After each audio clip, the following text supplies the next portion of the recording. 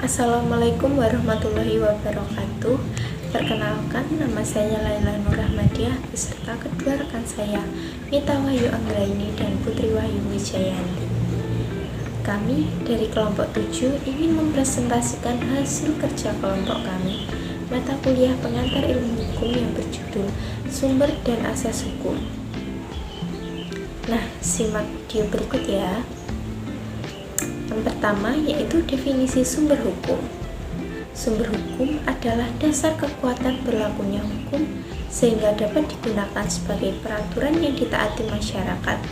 Sumber hukum menurut Zavenbergen yaitu sumber terjadinya hukum atau sumber yang menimbulkan hukum. Sumber hukum merupakan tempat di mana kita dapat menemukan hukum. Dalam hal ini perlu juga kita ketahui bahwa ada kalanya sumber hukum sekaligus merupakan hukum juga. Contohnya adalah putusan hakim.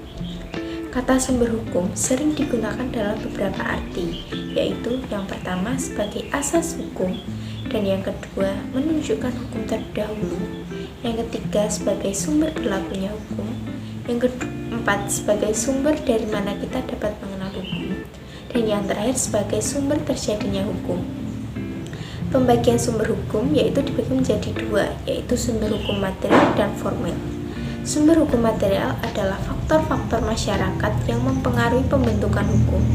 Sumber hukum material adalah sumber hukum yang menentukan isi kaidah hukum dan terdiri atas perasaan hukum seseorang atau pendapat umum, agama, kebiasaan, dan politik hukum dari pemerintah. Sumber hukum material yang terpenting adalah kesadaran hukum warga masyarakat dari mana dan di mana hukum itu berlaku dan diberlakukan. Selanjutnya, hukum formil akan diterangkan oleh rekan saya Mita Wahyu Anggraini. Sumber hukum formil, tempat atau sumber dari mana suatu peraturan memperoleh kekuatan hukum. Hal ini berkaitan dengan bentuk atau cara yang menyebabkan peraturan itu berlaku. Hierarki peraturan perundang-undangan menurut Undang-Undang Nomor 12 Tahun 2011 Pasal 7 Ayat 1 Undang-Undang 1945, Ketetapan MPR, Undang-Undang atau Peraturan Pemerintahan pengganti UU, Peraturan Pemerintahan, Peraturan Presiden, Peraturan Daerah Provinsi, Peraturan Daerah Kabupaten atau Kota. Kebiasaan perbuatan manusia yang dilakukan secara berulang-ulang dan menjadi kebiasaan dan apabila dilanggar dapat dikenakan sanksi.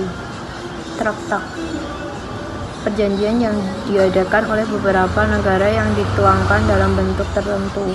Traktat dapat menjadi sumber bagi pembentuk peraturan hukum. Doktrin pendapat para ahli hukum.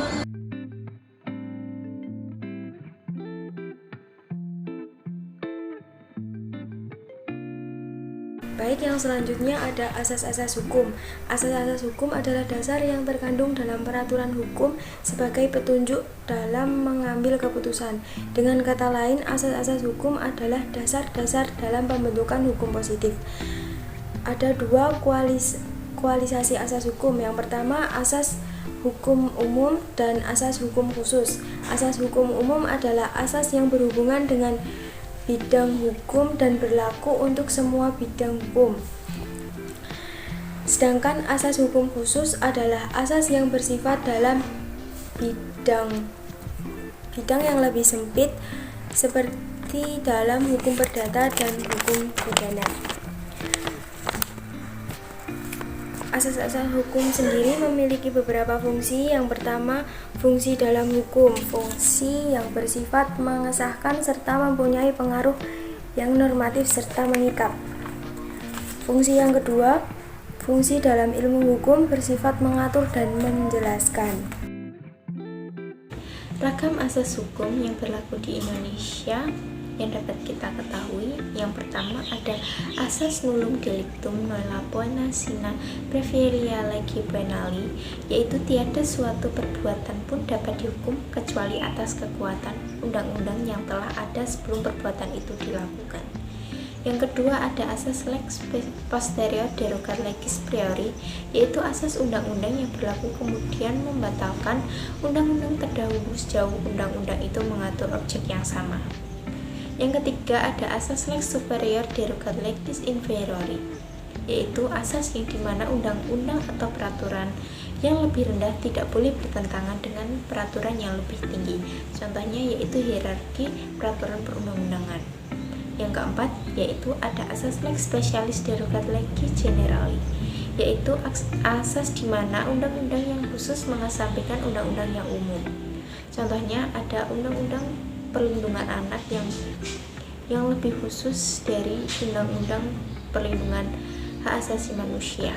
Nah, itu tadi beberapa penjelasan tentang sumber dan asas hukum di Indonesia. Sekian dari kelompok kami, kurang lebihnya mohon maaf. Semoga bermanfaat tentang materi sumber dan asas hukum ini. Terima kasih. Wassalamualaikum warahmatullahi wabarakatuh.